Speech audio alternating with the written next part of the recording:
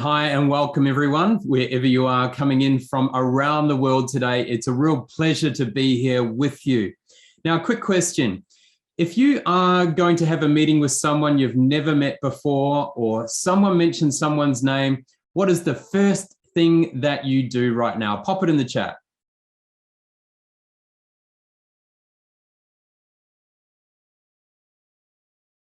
Google them. Suss them out on socials, Google them. Very good. Now, if we Google them, in most cases, to be able to find more information about them, the LinkedIn profile will pop up. So not many people have their own website name. So the LinkedIn profile is actually your digital first impression. So today is a really important day where we dive deep in, because it doesn't matter whether you are going for a meeting, looking for a new job, you're trying to impress internally, or you're wanting to share information around the world. LinkedIn is such a powerful place to ensure people get to know you quickly. And so we're going to have a look at different aspects of LinkedIn today. And so to kick things off, I would like to know in the chat, how many times a week are you currently posting in LinkedIn? Okay, be honest here. How many times per week are you currently posting on LinkedIn? So Tammy, 3 to 4, Carly, 5. Wow, that's pretty good. What about everyone else? Mel, 3 to 4. Don't be shy here. Every day. Fiona, 2 to 3. NP, 1 to 2. Okay, so we've got a bit of a range. Tanya, not enough. And I'm sure some of you may not be posting at all. Rory, thank you for being honest. I really appreciate that. Let's have a quick look at how powerful LinkedIn is to begin with. Now, if we looked at LinkedIn, there are currently 756, actually more than that now, members around the world. There are 300 million weekly users. And here's the kicker. 53% of executives are on LinkedIn consuming 1 hour of thought leadership per week. So they're looking for information. So what can you share? So if we think about that, 300 million users weekly, that's a lot of people that are currently using LinkedIn. So it's really important that we're on there. All right, so think about this.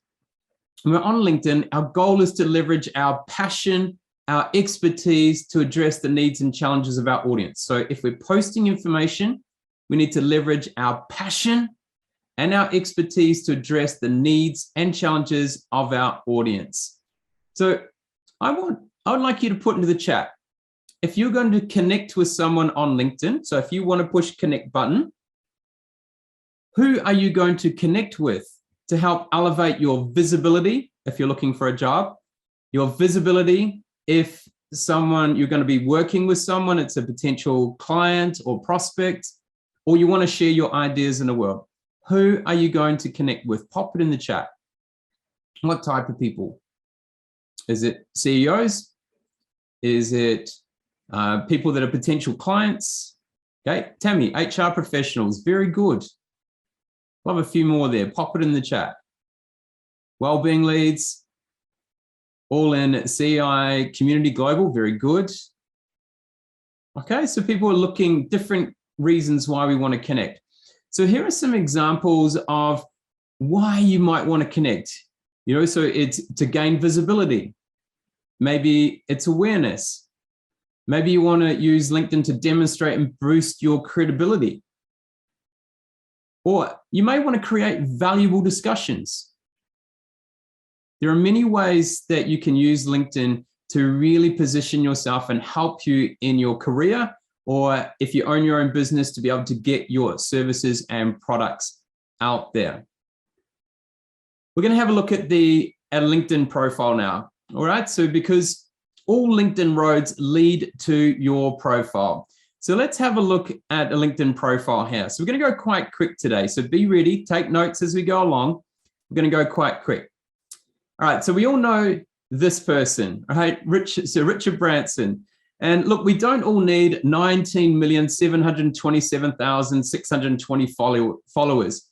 And to give you an idea, when I first shared this back in June last year, he only had 18.2 million followers, And within 3 weeks, it went up 1.2 because he decided to fly to outer space. Now, we're not all got that opportunity to boost our followers, but I want you to think about this. It's not about how many people that like you when it comes to LinkedIn, it's how many people that love you. So don't worry about how many followers you have, it's how many of those followers actually love what you do.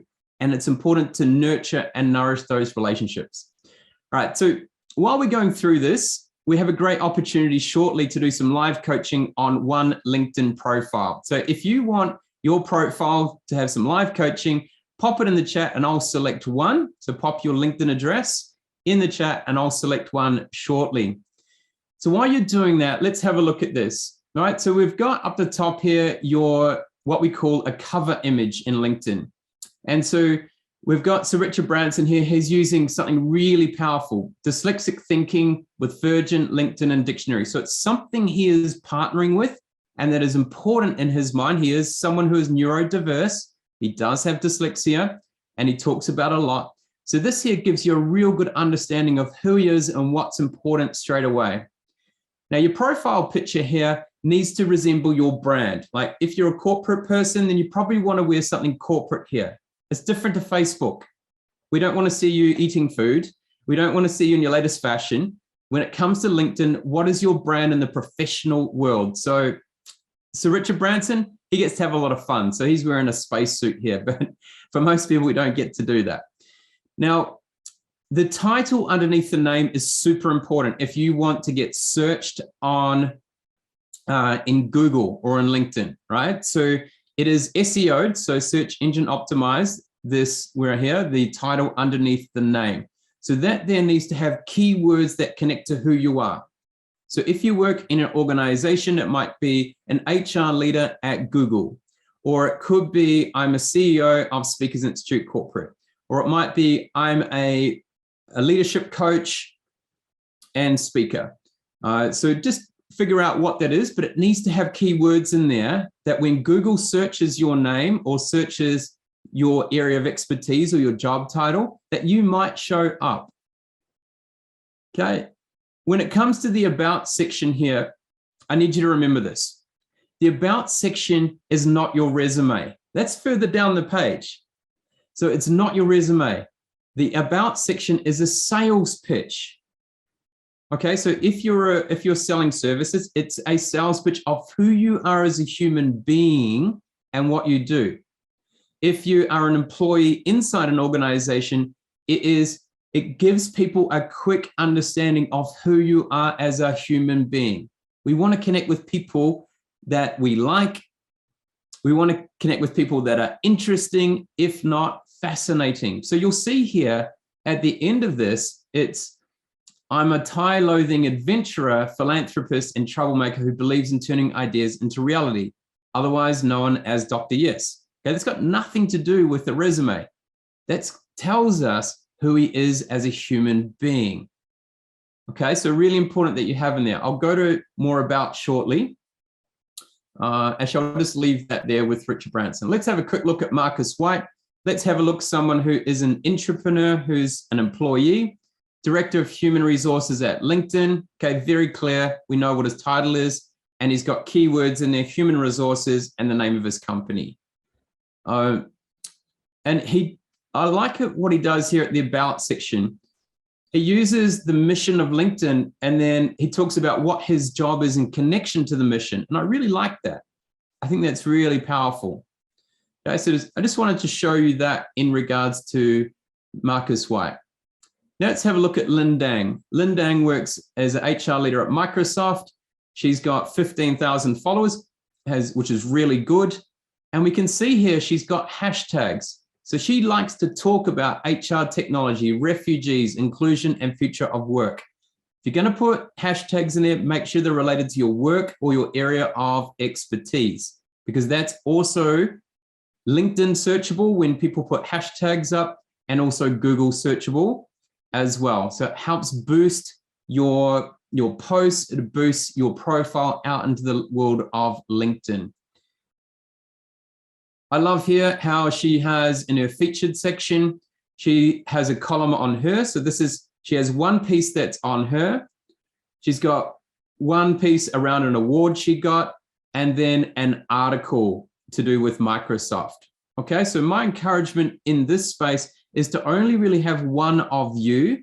So if it's something promoting you and it's an image of you, the other two need to be maybe an article you've written or something you've shared or something that's really important with the company that you work for if you're an employee.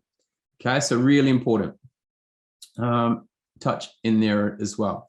Now, with regards to her about, I love that she tells us what she does. So she's an HR lead at Microsoft, and then gives us a bit of an insight. I've worked in the tech industry for 15 years, and it then gives us what her passion is. So she loves leadership development, improving the employee experience, and creating a strong sense of empowerment.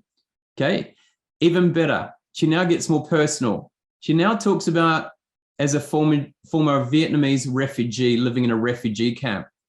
Now, this is important because when we're building relationships with people, we need to know more about the human being. Okay, so it's really fascinating.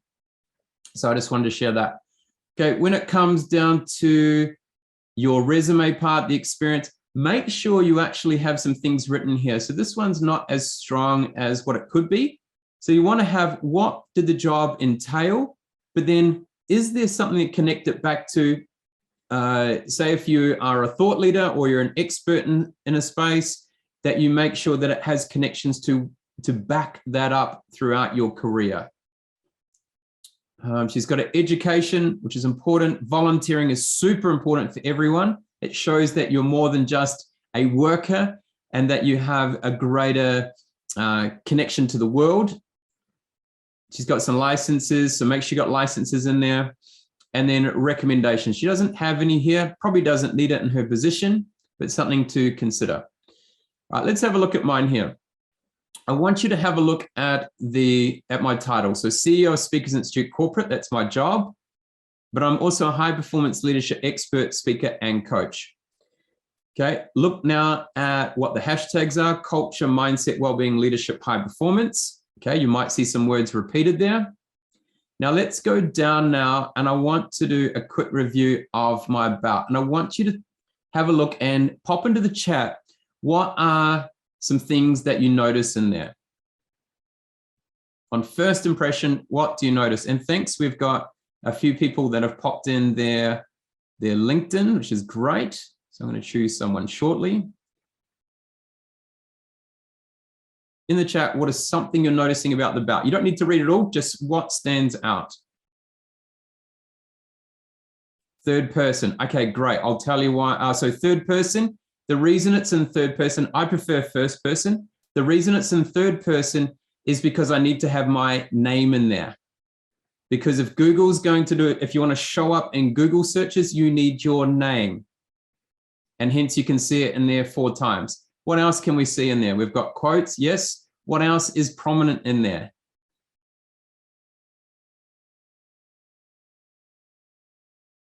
Have a look at my title underneath my name at the top there.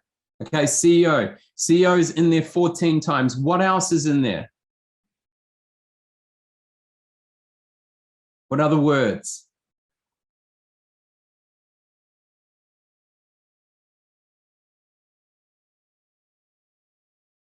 Okay, so I'll help you out. So you've got leadership, you've got performance in there multiple times. And it's the reason is it helps with the Google search engine optimization, and same with LinkedIn. So you'll see words that are in my title and words that are in my about connect. They're common and there's lots of them.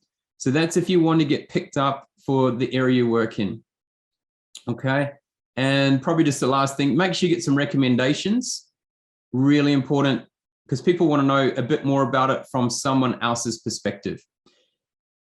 Okay, let's now have a look here. I'm going to choose someone I don't know so well. Adam, congratulations. We're going to have a look at your LinkedIn profile here. Okay, so great start here. I love the profile picture. I can tell you're a very charismatic, fun person, which is great, shows your personality. I love how you've got digitally connect your business. So that tells me straight away what you're focused in without me even looking at your title here.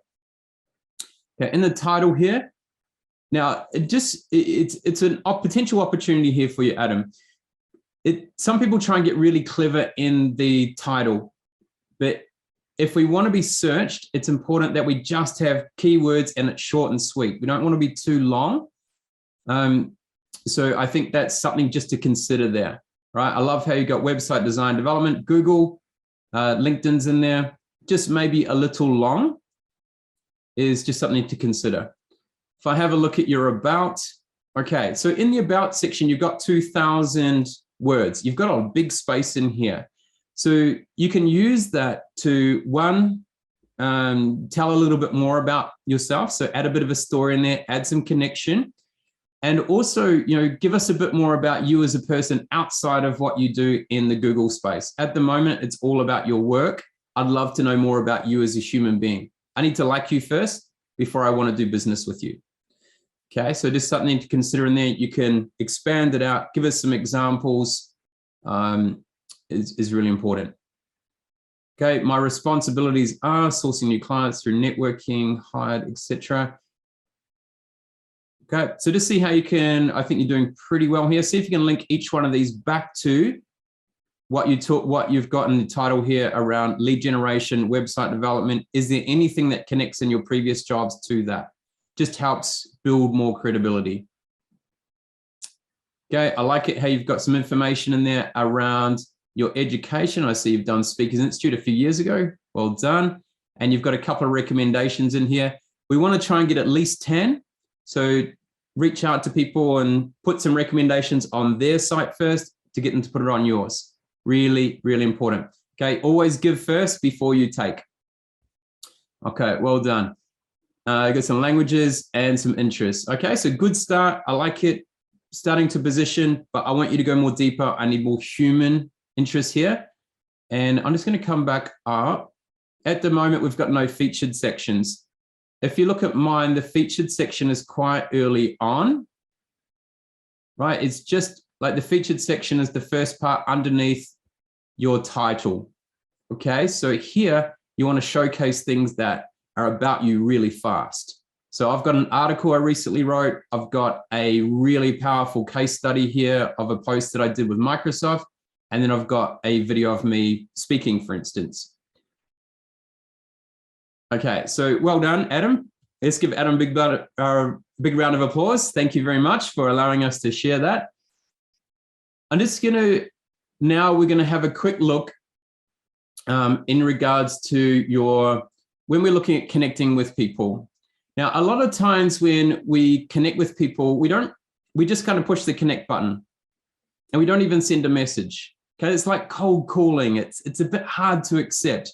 It puts a barrier in people's minds because they have to then go and search you before they even will accept you. Make it easy for them. Put a little piece in there that helps them to connect. And here's a great way to do this. First, build a human connection. So you've only got 120 characters in when you do a connect with a note. So make sure that you connect something that you've seen them post, or if there's some common connection with them, introduce that in the first sentence. Then share one sentence of value, not too much, don't be pushy, allow them to learn from you a little bit. So if there's something that you have a connection with, just say, hey, look, I was reading this article recently about Google platforms. I thought you might be interested. Or I've written something on this section, or here is a thought that I have. What do you think? And then finally, have a call to action. So we got value, then call to action. What do you want them to do next? Do you want them to just connect? Do you want them to look at your LinkedIn profile? Do you want them to arrange a meeting? What is the next thing? So always have that in mind. When we go to our content approach, I want you to think about what is some industry insight. So if you're going to put posts out there, and we're going to content now, I want you to understand in the industry, and I want you to know really, really well in the area you work in, whether you're internal or you are as an employee or you are a thought leader, is what are the questions that your industry is talking about right now? What are the problems they're facing? What are their wants? What are their challenges? What are the conversations that are being had in your industry or your area of expertise, or the area, the industry that your company is involved in? And then let that drive your content. So if you post something that is in relation to a question or a problem, etc., and they respond, use that as an opportunity to post your next content. Now, ways that you can inspire them is through, say, the future of, or thinking, okay, this is where I see our industry going, or this is where I see leadership going. This is the future of HR right now. Okay, you may share some spot trends. Okay, so what are the trends that are happening right now? Well, inflation's gone up by 6%, which has increased petrol prices by $1. How does that affect business or your industry? Think about disruption. How can you take something that's been prominent in the media and flip it around and ask a question from a pessimistic view or an opposite view? Forecast something. Okay, so inflation. So we've got the war in Ukraine. That means we're looking to see an increase in inflation by 10% over the next 3 months. This is going to result in petrol prices increasing by $2 before the end of the year. Okay, something like that. If someone's put research out there, analyze it. Okay, some great ways. And the last one is to contextualize. Think about yourself as a translator. There might be information out there. See if you can simplify and put it in some other words so someone may understand it easier than the information that is already out there. Okay, very good. All right, so we're now going to go into kind of the final section here. And I want you to look at content strategies. So one, you can create your own content. Okay, so you just post something up there about what you're thinking that day. Then you might share someone else's content. Okay, that's great. But if you really want to start getting engagement and interaction, then we need to start doing things like borrowed credibility. That is where we take a post that someone's written, and then we interpret it through our thoughts with the post underneath. And then we use that to leverage and start a conversation or continue a conversation. And then the final part here is a great content strategy is cross-promotion. So say we have currently in the room here, say we've got 23 people, and we put ourselves in a Facebook group or WhatsApp group, and we go, okay, Mel, you put a note in there and you go, Mel, look, today I've posted, can you comment, like, share on it? So each time you post, you put a message in there, and it encourages everyone else in that group to post, like, share, comment, to boost the algorithm to help get it out. Then say Jenny does it, and then everyone boosts, helps and sorts it. And then tomorrow Chris does it. So he lets them know in the chat and you go for it. Real easy strategy. Yeah, I'm going to, before we finish off there, and I know there was a few slides in there and we were also looking at some strategies. I want you to show how something can go viral. This is a great case study of borrowed credibility that I did. And let's have a look at this. So last year, Microsoft put out a piece of research from the Human Factors Lab, and it was looking at the brain activity of Zoom meetings and looking at where there's no breaks in between Zoom meetings and when there are breaks. And they did this great piece of research, and they had this beautiful image like this, which was quite attractive and it's quite interesting. So you can see up the top there, lots of brain activity with no break, little brain activity. Right, so I took that real quickly and put it to something I had been working on with Break CEO Code 3-to-1 work to recovery ratio, put the findings in there, included the report. In just over 7 days, it had 18,000 views. It had 130 shares. It had just over 100 comments and had over 600 likes. Now you can see it's got a few more. So to me, the big thing was 162 shares. Now, what I did is nurture every single one of the comments and every single one of the shares. That landed me 3 $5,000 keynotes. It got me an introduction to the University of St. John Hopkins. It also gave us 3 huge leads in for Speakers Institute Corporate. And as part of that, as you see, I got lots of opportunities. It only took me 10 minutes to produce that. Okay, so it doesn't take time to actually create something. Now, look, you don't always get viral ones like that. That's just an interesting case. So to finish off here, I really want you to consider this, that when it comes to LinkedIn, we need to get our digital first impression right. And then we need to consider three things. First, it's a time commitment. You need discipline. If you want to get your exposure of your LinkedIn profile and the content you're creating there, you need 2 years of consistent content. Okay, we should be putting stuff out 3 days a week, whether it's our own content, shared content, etc. And if you are going to put content out there, try and stay in one key area. All right, well, thank you very much for your time today. It's been fast paced, and I see we had a couple of questions in there along the way. Actually, no, that wasn't quite a question. It was a direct message to me. So I thank you for your time.